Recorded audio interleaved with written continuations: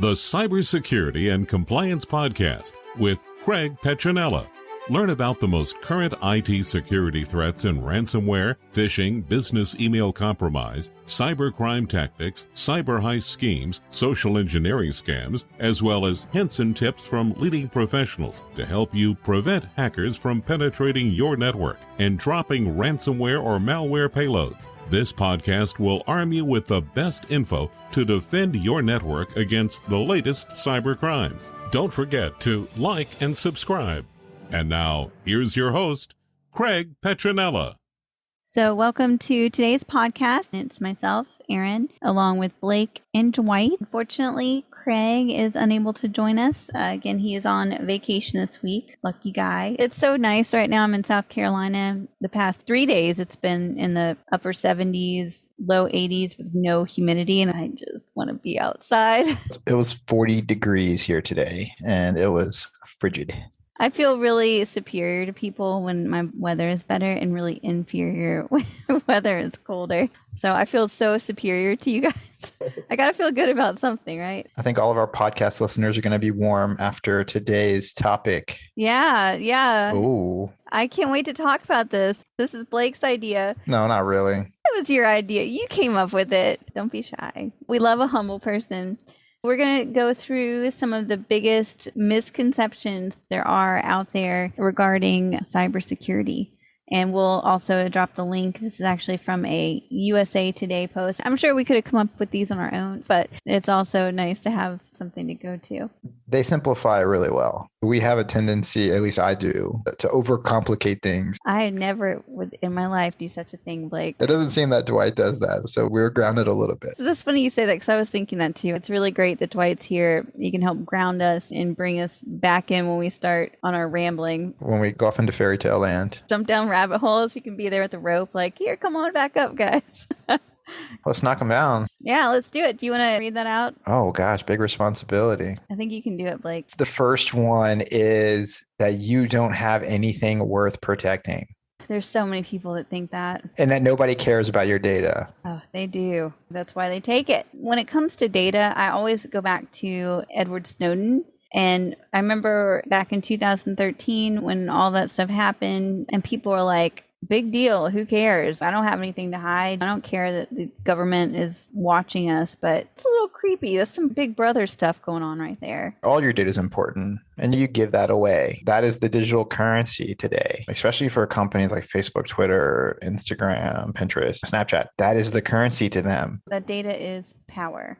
Yeah, I think people should understand this. If you don't, time to catch up. Twitter and Snapchat, all these places where it's free to sign up. Well, there's nothing that's free, of course. We know that. They get that and they sell that information to the people that advertise to them. So that basically supports the platform. And all your information goes to the advertisers. And pretty soon you look at your Facebook and it starts popping up. I think I heard somewhere the things that are free that cost the most. I heard that somewhere and it really stuck with me. I know we talked about it, Blake, the Cambridge Analytica. Cambridge Analytica is a data analytics company, and they were using data sets that were provided by Facebook of voters to create campaigns for their political fundies. For example, there was rumor that Trump had used them. There are people that actually went to court and testified about the ways that Facebook did that. Yeah, and Zucks had to answer to the Congress about that because how did Cambridge Analytica get these data points on Facebook users if it wasn't provided by Facebook? That was the huge scandal because people were using this as weapons to create hate, anger, fear, and frustration at the political parties that they chose. It's pretty scary. I was actually talking about that today, ironically, because somebody asked me about it. I just looked it up. The documentary is called The Great Hack. Yeah, that's a good one. You do have data worth protecting is what it boils down to. For sure. Everything that you give away is important and can be monetized. So take it seriously. And actually, if you don't mind, I'm going to read the second one because I like to make this point. Please take it off my shoulders. Yes, I'll unburden you. Yeah, such a burden. So the second misconception is I use security software, so I'm fine. Oh yeah, you're super fine. You're set. You're golden. Nobody's going to mess with you because you have security. Just use a free antivirus and you have nothing to worry about. No, that's not true. It's like locking your doors, but not setting the alarm. Oh, yeah, good point. Yeah, somebody can smash your windows open or somebody can kick your door down. Crawl in through your window. Yes. And apparently there was a group of hackers that had breached servers of huge antivirus providers. I think there was a scandal with Kaspersky, or however you say that. Russian company. Oh, that sounds convenient right now. You know, we do have our XDR solution. It's amazing software. It's amazing AI. It's really great at protecting you. And I think sometimes people don't take it so seriously because they believe I have an antivirus, I'm fine. I have a firewall, I'm fine. They don't realize, no, you're not fine, because these companies are always keeping up. They're not blazing the trails. It's the hackers that are doing the trailblazing. So if you have an antivirus, it doesn't necessarily protect you because it can't protect you because it doesn't know what to protect you against when there's new threats out there. It'd be like locking your doors, but having something like XDR would be like setting your security alarm. What about putting a key under your doormat? That's like leaving a sticky note with your password. Everybody checks the doormats for keys, or maybe there's a nearby planter, right? You know, under that planter. That's what you're doing. Don't be that guy or girl. Don't be that person. Yeah, it's important to know what your security software can and can't do. And it can do a lot, but absolutely better than nothing. But it's not going to protect against new threats that we don't know about yet. It's not going to protect you against going to a website. Security software is a layer and it can do so much. If you're going out to these different websites, passing out your information, most security software will catch, some basic phishing stuff, but they're really kind of iffy on a lot of that stuff. There's some more AI stuff, but when something hits your computer, it'll do something to counteract it. But it's all about education. I think now with everything that's out there and people are doing everything digitally now, there's so many people on board and they're doing all these different things as sales, conferencing, all this stuff. But the security, I think, front and center now, but it hasn't been for a long time. And so we're playing catch up. Everyone is playing catch up. And that's why we're seeing all this stuff happening with regard to breaches and data gone missing. Yeah, let's keep the flow going. I like some of the ones that are at the bottom of the list. I feel like those are the gold nuggets that people are listening for. With all these data breaches, I have nothing left to protect. Mistake. I was looking through my spam folder one day and I got an email, and in the email was a password that I had used a long time ago. Yeah, it freaked me out. And of course, you're going to open that when it's like, hey, this is your password in the subject line. It was an old password, but besides the point. So I open up the email and they're like, oh, we have your contacts and we have all your emails and all your email exchange. And if you don't send us 5 Bitcoin, then we're going to send your explicit pictures to your friends and your family. I was like, okay, if I had anything like that, I probably would be worried. So yeah, that was almost a good one. They're sneaky, man. But seriously, people, imagine if somebody got a hold of your social security number. I could open a credit card in your name. Seriously, this one's rudimentary. Absolutely.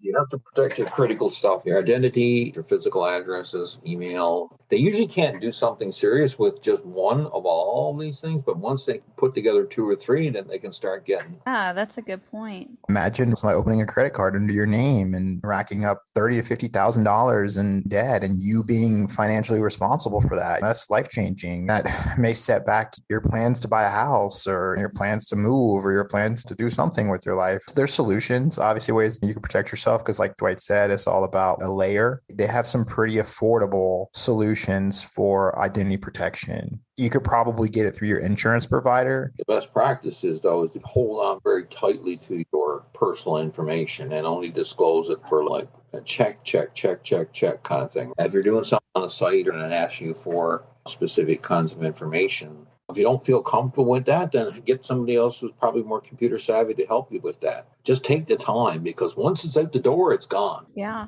I've heard of people who don't even use their personal debit cards online. They go to Walgreens or CVS and they buy a prepaid debit card and they use online shopping for that. Either you guys do that? No. Yeah, that's a good thing too. You don't want anybody having access to your money except for you. All kinds of financial institutions, if you do deal online with online banking, credit cards, whatnot, make sure you have your 2-factor stuff going on. Definitely have that, because if they need more than one place to authenticate to get you into an account, then that's going to chop them off at the head pretty much. I don't know if you remember this, Blake, and December. Somebody, I guess, stole my credit card information. I'd just gotten this new credit card, not even a month before. They tried to take out $2,000 or something. One was like a betting place. How would you think I would notice that? You just tried to steal $2,000 from me. Like, what is this? You know what I do? I lock my card 24 hours a day. It is permanently locked. And literally right before I'm about to go to checkout, I will turn it on and turn it back off in the app. A lot of banks can do that. Check with your bank. And sometimes my card will get declined. It'll be embarrassing for a second. I'm like, oops, I forgot to unlock it. A lot of times too, when these scammers, they purchase mass amounts of credit card numbers, they're just running through them. So they're trying to buy something on Amazon. And as soon as that card gets declined, what do? They delete that number because they've got hundreds more. I don't want to give them a reason to keep my number around. So number 4, Dwight, you want to read us number 4? For phishing scams are becoming more sophisticated as hackers infiltrate companies, CEO personal accounts, and even government agencies. Phishing scams have skyrocketed during the COVID-19 pandemic. Of course, they have. Anytime there's any kind of a major event going on around the world where it's a natural disaster or whatever, scammers always pick up on that stuff, right? They pick up on people's compassion and passion and willingness to help others. And in those times, there's a lot of it. Very realistic looking extortion scams are making the rounds. The subject contains your email address and a password that looks familiar. The scammer says, unless you pay up, they'll release a video of you that you took in your webcam when you visit a porn site. Don't buy it. The scammer got your email address and password from a data breach. If you're still using the combination, it's best to change your password at the very least. It's not always as simple as unfamiliar account reaching out to you with bizarre messages trying to get you to click on a link. Sometimes they use familiar faces against you, which leads to the next myth. Phishing scams are getting a lot more focus. It all depends on how much information they have on you, like your address, if they have access to stuff like your Facebook. So the more information they have on you, the more legitimate of a phishing attack they can put together on you. Sometimes they'll be very generic and you look and go, it's a scam. Or other times, a lot of people will look at it and they'll just dive right into it because it just looks so legitimate. And a lot of people don't know about checking on links or just looking at when you hover over with your mouse, right, to see where this thing is going. For instance, those very common ones are the bank ones. They'll send, you need to contact your bank to do this. Please sign into your bank account. So everything looks legitimate. And you look at it and you go, this link, this is not going to Fargo. Well, this is going off to some number with a bunch of characters. So we can always check that. So there's ways to check ourselves in these situations, but they are getting very more targeted, a lot more complex, and a lot more legitimate looking. And that's one thing I've always wondered about, especially now, seeing you get a smishing text and it's like, single girl, they spell single wrong. And you're like, you really couldn't just have somebody look that over real quick? Spend 5 minutes editing this or meet somebody that can speak English and probably do a lot better. Well, that's the thing. They're scamming on such a large scale. If this scam doesn't work, they already have 10 more in their back pocket. Why not be as efficient as possible? If you're going to try to scam people, you're going to get a lot more people. I don't know. I would think that the same person that's looking at the grammar of the scam would be the person that doesn't click on it. Or is it going to be their target? Maybe they're using it as a way to weed out people. Sure. Yeah, that might catch on. Could be. Yeah. Also, what he was reading, it sounds exactly what happened to you. Verbatim. Yeah. So number 5, this is another big one, I think. My friends on social media won't hurt me. Oh, but they do. My Facebook got hacked and it sent out inappropriate messages to hundreds of people. And I was watching it also happen in real time. It was really crazy. And then it took me a while to get everything situated. They will hack your friend's account. And then when they hack that, then they will send out a link or something using your account and try to get people to click on it or give them information. Or they sent out these inappropriate messages. If you want to see me, click on this link. Come on. I actually had a lot of people unfriend me, which I don't blame them. It's like, what is wrong with this girl? But I guess they didn't realize that I got hacked. I thought it was obvious, but. The biggest one I remember is the Facebook one. Send me money, I'm in trouble. If you take away anything from this, if any of your friends on any of your social media send you a message that is just completely out of the ordinary, you should, first of all, maybe be concerned about their mental health, but also don't click on anything that they send you. Message them, send them a text to a phone number. That's what I do. I'll text my friend and be like, I think you got hacked. Yeah. But don't click on anything, especially if they're acting weird. If you haven't talked to that person in 3 years and then all of a sudden they send you a message saying, hey, look at my nudes, click here. If you haven't seen them in 10 years and they're a high school acquaintance and all of a sudden they're trying to get super friendly. There's the other one that I get a lot from my friends who have been hacked. Is this really you in the video? Oh man, this looks embarrassing. Anything that's trying to get a strong emotional response out of you is likely to be a hack. My hidden inbox is full of Filipino or Asian women that are like, hey, beautiful, hey, sexy, want to be friends? And I'm like, how do you even find me? I am just a normal guy and I'm not going to send you money. So don't try. Don't even try it. Number 6, hackers are mysterious and scary figures. Ooh, yeah. It talks here about stock images of hooded people hunched over computers with Guy Fawkes masks and stuff like that. They're coming for me. That is true. They're normal people. The 5th of November, always to remember. Whatever they said in that movie, you know what I'm talking about. I haven't actually seen it. Oh, you have to see it. But no. So in one of our podcasts, it was super interesting. And we get a lot of calls from people that are in frantic mode, like, hey, my Facebook was hacked. And I think they're controlling my phone and they're controlling my Google Nest, my thermostat, and they're making it hot in my house. And they're turning my TV on. And hacking is more than gaining access to your systems or your data. There's a whole psychological side of hacking that nobody really talks about. Everybody knows about Jeffrey Epstein or some of these people that are grooming their prey. It's the same thing. There is a psychological aspect to it. And the person that is likely hacking you wants to, if they have contact with you or some form of method to reach you, there is a psychological side and they want you to feel helpless and they want you to feel scared. And that all goes back to them having an advantage over you, right? So when I think about a hacker, I think about someone that, first of all, either wants to do you harm in some way. Like I said, it might involve personal harm, or not personal harm as in physical, but in your immediate circle of influence or whatever, with your job, your family, and then there's usually some purpose for it. So the purpose typically is a financial purpose, to gain some money, to extract cash from some financial revenue from a person and or persons. I certainly know with all the inflation that's going around, it's not in my budget to pay hackers. I'm sure a lot of people out there feel the same. A person whose computer is to gain unauthorized access to data or cut through.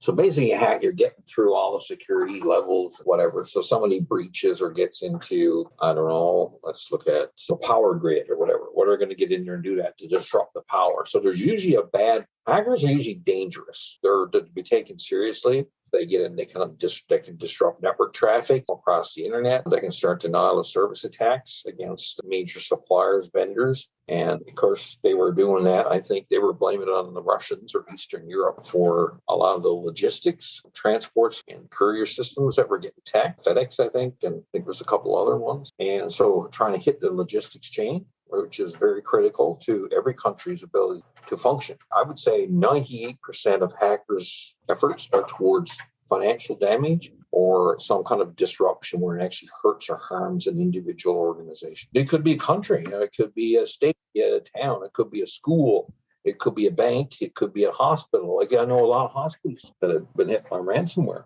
and then hackers get in, so that's ransomware. That's one thing. Then hackers can get in as well and gather all kinds of private information. So the hackers put all this stuff together. They launch these bots internally once they've been hacked or once their ransomware, their malware is taking effect in the network. They gather up all the private data and send it away. And then they sell it. Or they'll offer to say, well, like in a ransomware case, they'll say, well, we'll give it all back to you for $10 million.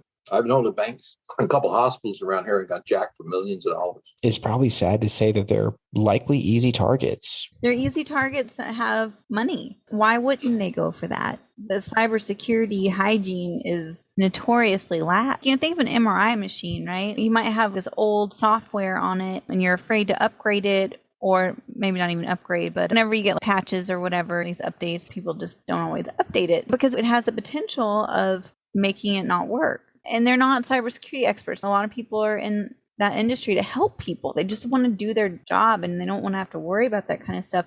And the hackers know that. So they use that against them. There's literally somebody that died. I think it was in Germany, but it was a hospital patient died because of a hacker or because of an attack. They know these things. And so, of course, they're going to go after easy targets with money. And not only do they have money, but they have to have that equipment working or people could literally die. Think about all the data that hospitals have too, social security numbers, medical records. You're in there.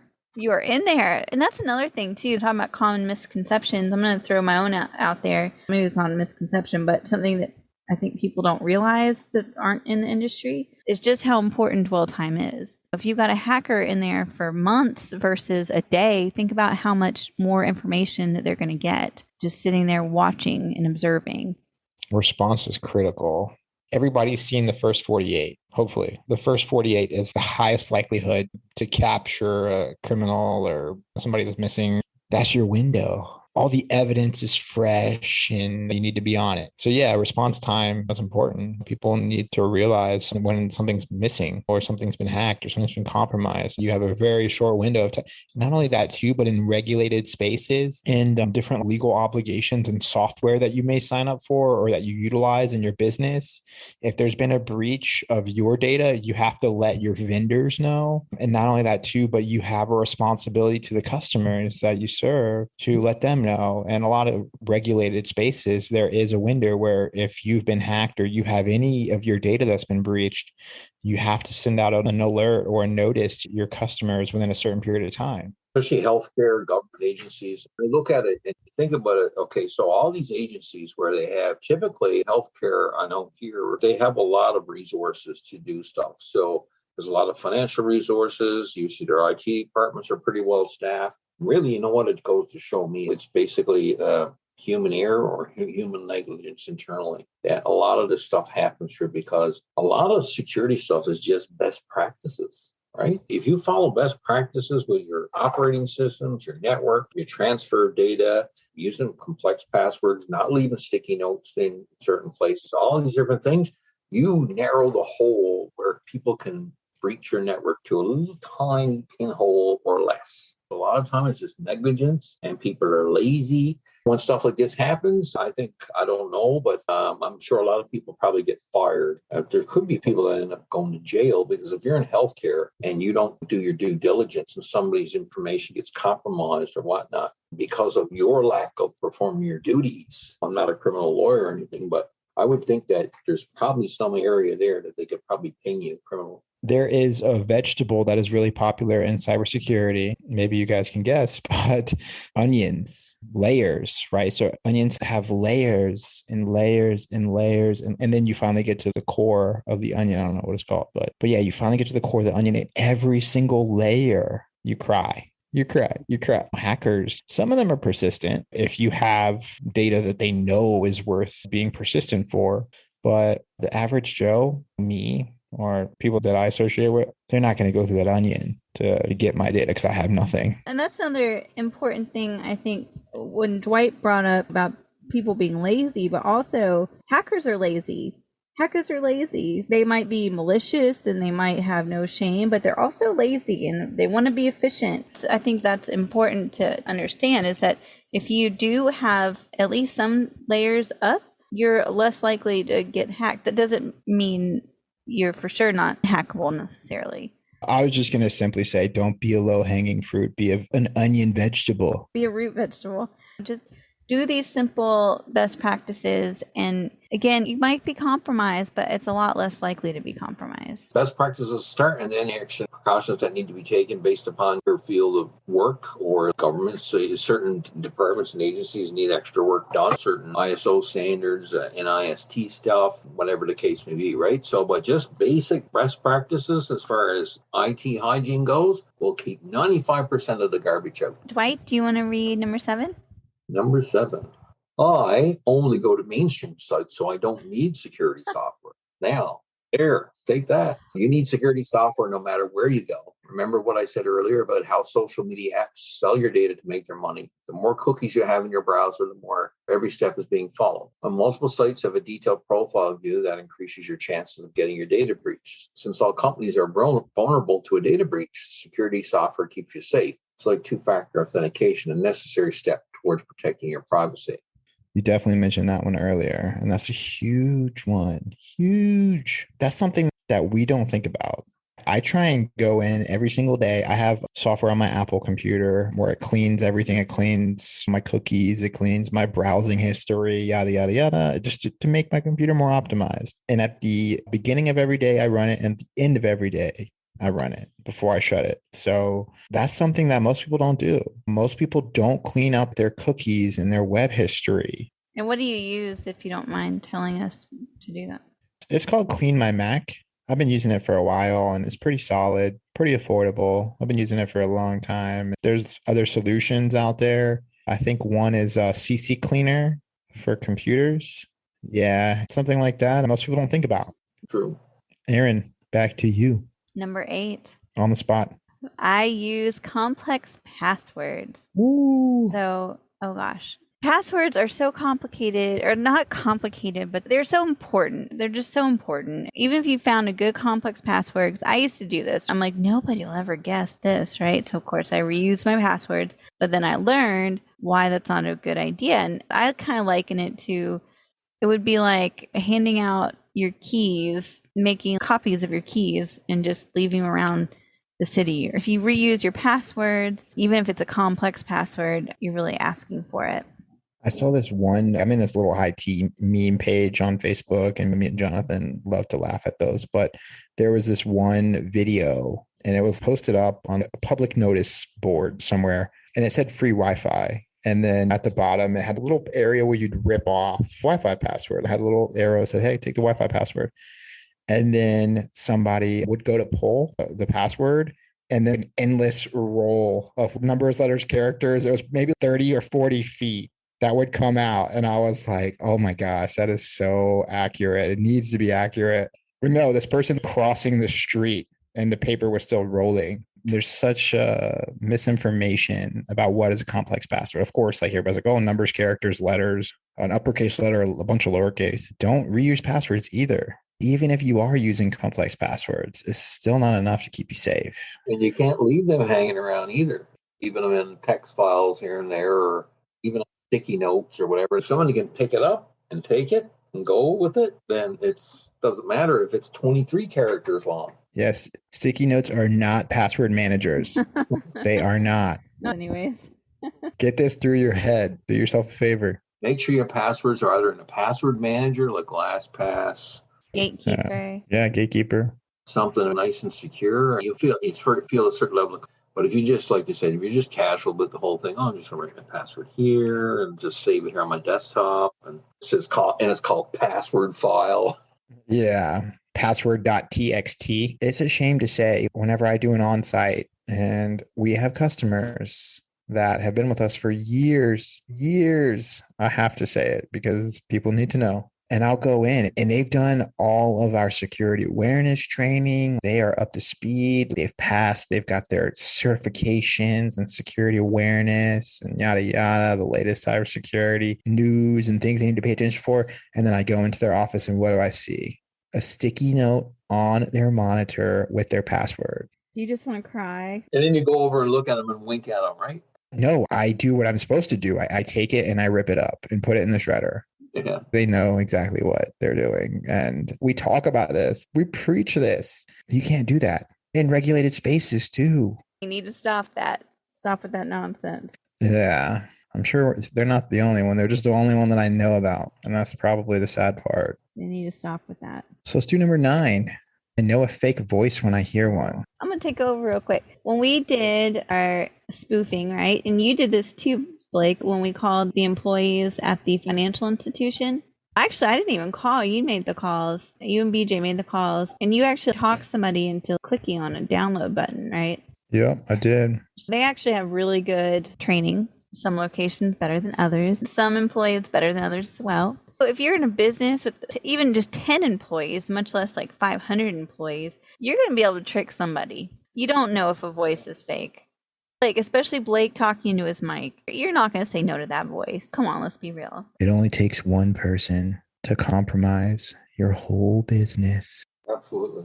But no, seriously, imagine the 10 or 15 years that you spend growing your business. It only takes one hack to take you down.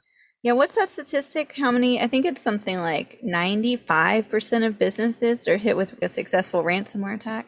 Small businesses, and the average cost of remediation for that small business is around $3.6 million. $3.6 million. And people complain about the price of cybersecurity, especially if it's not free. And what is it? An ounce of prevention is worth a pound of cure. It's so true in this too. And people are like, it's not going to happen to me. They're not going to go after a small business. Yes, they are, because they know that you think that way. So you're the low-hanging fruit. You're not the vegetable. It's sad. I hate more than anybody to say I told you so. We've responded to RFPs, requests for pricing, and we've accurately responded to them and given them a perfect solution. And then they go with another vendor, and that's fine. That's fine. And then later, years later, this has happened on more than one occasion. They come back to us and say like, oh, I've either outgrown that IT provider, or there was an incident when they weren't able to respond to that incident. And then we're at ground zero with them. And it's hard and it's frustrating. And I never say, I told you so, of course. That's the worst thing. It's so hard for us to pick up the pieces. It really is. You are not going to build a house without a foundation. Most people, they just build the house and they decorate it and yada yada and furnish it and make it look beautiful, and that's your business, right? There's no foundation there, which needs to be cybersecurity. Dwight, if you want to do number 10. Number 10 and the finale. I will know when something bad gets in my device or computer. No, you won't. Yeah. So anyway, it's on the list. So cybercriminals' work is stealth. When they're doing deeds, there's no red flag that pops up. They have intricate ways of infiltrating your data. There would even be Trojan horses in the form of viruses lurking in your code right now. Now that you're aware of the 10 most common cybersecurity myths, you're better equipped to recognize misinformation spread by hackers who want to keep you vulnerable. Remember, your data is worth a lot to cybercriminals, so take steps to protect it. Make sure all your gadgets are up to date with all security patches needed to fend off online attacks. Make use of robust security software, password managers, and two-factor authentication. Most of all, follow news on recent breaches and hacking trends to keep your security tools reliable and timely. And an end note, you won't know necessarily if something's hit you that's bad. Sometimes you may, but your things can stop popping up all over the place. But yes, that's usually malware. But when it comes to hacking and stuff, like basically your whole device will get encrypted, and all of a sudden you can't do anything, you can't log in, you can't do nothing, or all of a sudden you look at your bank account and there's no money left. Yep. And that goes back too with the dwell time, right? The response time. Yeah. How long is that criminal going to be in your computer just collecting all the free data? Yeah. There's so much that can be said about this, but I'm trying to think of an analogy here. But if somebody's stealing money from somebody's wallet and they're taking $20, let's just say they're taking $20 a day or $20 a week or something, and that person overlooks it. One day that person is not going to go in there and take everything, right? Because they just burned their scam to the ground. Dishonesty. I guess that's the right word to put it. They're burning their scam to the ground. What's more profitable? To take $20 a day or $20 a week or whatever, or to take $100 one time? What's more profitable? How are you really going to know when somebody gets into your device? Unless you have XDR. I know. And we've done some testing and stuff with the internal IT and some sandbox computers and whatnot. And sometimes you don't notice it. Other times you do. It depends what's there and what they're accessing. It can slow your computer down a lot. If they're transferring a lot, if there's a lot of data transfer going on back and forth. Like I said, it all depends on what type of activities are happening on your system. But basically, people that are stealing your financial information, that want your information to gain a financial gain, they're very fine-tuned organizations. They're usually not just a single person. If it is, he's bought something from some other reliable group, and they have a well-renowned or a well-oiled machine for going in the computers once they've gotten in through some kind of a security breach or whatever, and they go in and they're quick. They're usually pretty quick. They'll check something. And they target specifically usually too, like banks, credit card companies, health institutions, places like that, or places where they can gather information at a time and or a lot of financial resources at a time. So it's not always a pop-up from Windows technical support. And then conveniently, when you call them, they have a super heavy accent and they're saying, oh my gosh, your system has been breached. Let us fix that. Okay, run this software on your computer and then go buy a bunch of gift cards. What's sad is it still works. Here, my relatives doing it. Oh yeah, I got someone on to help with my computer the other day. What do you mean you got someone on to help with your computer? Oh yeah, So something popped up on my computer, said that wasn't up to date. So this person jumped on remotely and helped me update it. Microsoft doesn't have time to hop into your computer and fix it. I don't know. I've never heard of that. But not the way to do things. That right is protocol, right? These companies just don't do things that way. That's like your bank is not going to send you a request to update your online account information through an email. It's just practices and protocols that are just not. And some people are just dumb.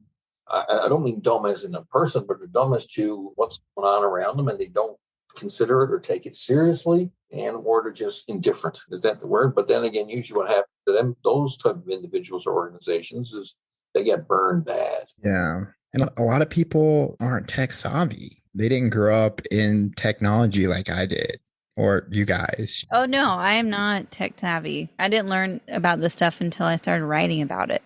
I feel like sometimes I have the perspective of a lot of our customers because I was that person. So I get it. You just don't think about that kind of stuff. Why would they want to do that or whatever? I told you guys the story about how I probably got a virus on my ex-boyfriend's computer because I just didn't know. He's like, oh, you probably, and I'm like, no, I didn't. But thinking back on it now, yeah, I probably did.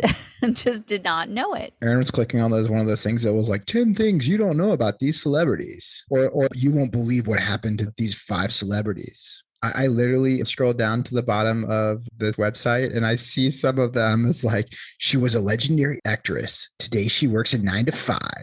And it's like, clickbait. Who is it? Here's one. How would you react if Georgia got hacked? This game simulates geopolitical war. What would happen if another country invaded Georgia? And then on the map, it has a picture of France. So I think I'm good. Once these hackers can get their stuff together, man, we're all in trouble. Here's another good one. Look at this celebrity before and after their weight loss. And then there's no pictures. It's just a blank one. So they want you to click on it and see who the celebrity was. Your whole computer blows up. Oh, I'm sure. It'll just explode. And the only thing that'll be left is the keyboard. But seriously, I think we definitely have a long way to go. Yeah. As humans, we're all imperfect creatures. And there's nothing wrong if you're doing any of these things. You just need to recognize it and change it before it's too late. Yeah, we're here to help. We're not making fun of you. We genuinely care. I relate to you because I get it. Totally. We genuinely care. And the more layers, the more impenetrable, I guess. Nobody's unhackable entirely, of course, but hackers, they just want to go for the low-hanging fruit. You don't want to spend hours and hours trying to get through 10, 15 walls of defense. There are some that do, and they're probably targeted and financed by an organization that's very deep pockets, and of course that's their job. But for people that are just out there on their own or small little groups or whatever the case may be, and they just have a list, yeah, like you said, people are lazy. The path of least resistance. So big line here, well, I'm going to spend an hour and a half or 2 hours trying to get in this computer when I can go through all these and probably get in and have everything done in 5 minutes or less, right? So I've realized too over the years is that honestly, if you think about it, I feel like efficiency and laziness kind of go hand in hand. You try to increase your efficiency so that you can be more lazy or so that you can get more stuff done and get things automated. And I'm sure they're just trying to be as efficient as possible when it comes to getting your data, because big data is big. It really is the new currency. Like, who needs Bitcoin? Let's get data, y'all.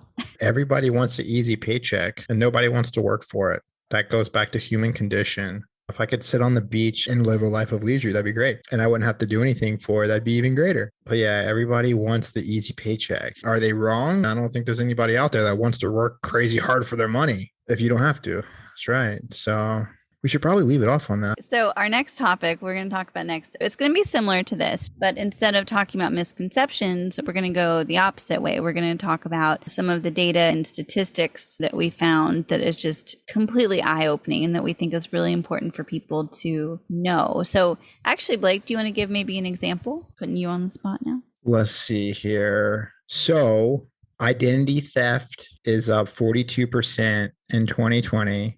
6.95 new phishing and scam pages were created in 1 year, and 25.6% of all web traffic was made up of malicious bots. 25.6%. And ransomware attacks grew by 40% just during COVID. which as if we don't have COVID enough to worry about. And the huge ones, the hugest sectors are finance and insurance, and then manufacturing and energy, and then retail, and then professional services. But 23% of the hacks make up financial service providers. Yes. Oh, and this one's pretty important too. So we're going a little beyond the teaser here, but IBM says that your cybersecurity budget should be at least 9 to 14% of your overall IT budget. Okay, that makes sense. So them millions of dollars you're spending on computers, set some aside. Really good point. And that's something I learned about with CMMC is that they want you to set aside an amount. They want you to write down the amount to show we are taking this seriously. You're going to spend all this money on gadgets and devices, but you're not going to protect it. You might have your priorities a little askew there. Here's another one that I have to say. It's just going to explode out of me if I don't say it. But there's going to be an estimated 3.5 million unfilled cybersecurity jobs by the end of 2025. There is a shortage of good guys that are protecting people like you. There's a shortage, and hackers know that. There's not a lot that I regret, or I try not to regret, but sometimes I think if I had to do it all over again, I might would go into IT and cybersecurity because it's such a underserved. It's never too late. But I already have my master's. I'm good for now. I think Judge Judy became a judge at like age 50. So you're good. We're going to save the rest of this for next week because there's some good stuff. Good stuff. Yeah, that's for sure. All right. Well, yeah, good talk. This was a good one. Fun one. Have a great rest of your day, people. All right. Talk to you soon. Bye. Thanks for listening to the Cybersecurity and Compliance Podcast with Craig Petronella. For other episodes and more information, visit PetronellaTech.com. Also visit our other websites, ComplianceArmor.com and BlockchainSecurity.com. Don't forget to like and subscribe. Thanks for listening, and stay secure.